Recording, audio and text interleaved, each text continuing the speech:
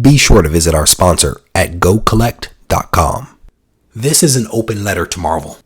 Ladies and gentlemen of Marvel, I want to start this letter with a note of appreciation. I have been a fan of your characters since the early 90s, when I used to spend all of my money to buy your comics, literally all of my money. And after purchasing my books, I would rush home and immerse myself in amazing stories featuring Spider-Man, the X-Men, and Wolverine, and the Incredible Hulk, and yes, even Dark Hawk and Sleepwalker. Your characters and your stories allow me to escape into a wonderful world of fantasy that was still somehow rooted in reality.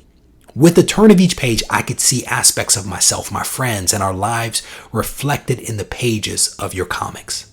After an extensive hiatus, I returned to comics in 2017, and I found that so much had changed. As is the case in life, some of these changes were good and some were bad. And I'm not going to bore you with my laundry list of good and bad things that I observed, but I do want to share with you 4 things that Marvel should consider. First, consider providing the comic book community with insight into the inner workings of Marvel.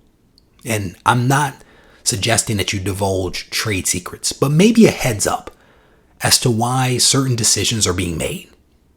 An improved understanding of business decisions made within the walls of Marvel will actually help collectors and readers to better appreciate things like reboots and discontinuation of titles and new title launches.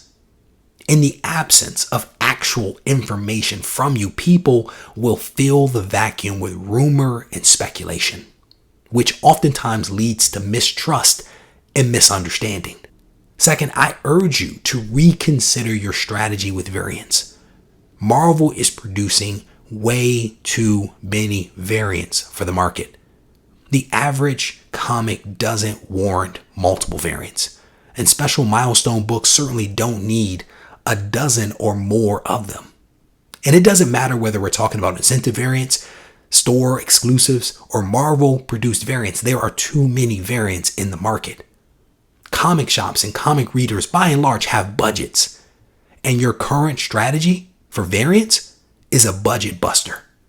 Thirdly, I hope that you can find a way to leverage the success of the Marvel movies and the TV shows to draw new comic book readers into the hobby. Millions of people have been exposed to Marvel's intellectual property, and it would be amazing to see a percentage, even a small percentage, of these people come into the local comic shops across the country looking for the source material. There is a rich history of material there. Let's expose more people to these books. My last suggestion is around your customer, and I'm not talking about Diamond or even local comic shops for that matter. I'm talking about the men and women and the young people across the country that purchase your books on a weekly basis from local comic shops. If you aren't already doing this, please take some time to talk with your customers in formal market research, not at a con, formal market research. Some of the best ideas and suggestions can be sourced directly from your customers. Take the time to conduct the one-on-one interviews and the focus groups to better understand the wants, needs, and desires from your customers. Respectfully submitted, Regie Simmons. If you're interested in winning a copy of Batman Damned #1, the variant edition, be certain to enter Batman's real name in the comment section. You must be subscribed to the channel as well as be in the United States to win. The drawing will take place as part of Ready, Set, Go, my preview show, which airs on Sundays at 7:30. Be sure to visit BCW Supplies to learn about their 950 plus products for collectors. Products include card sleeves, display cases, comic bags, storage boxes, and gaming folders, just to name a few items. Head over to bcwsupplies.com today for more information.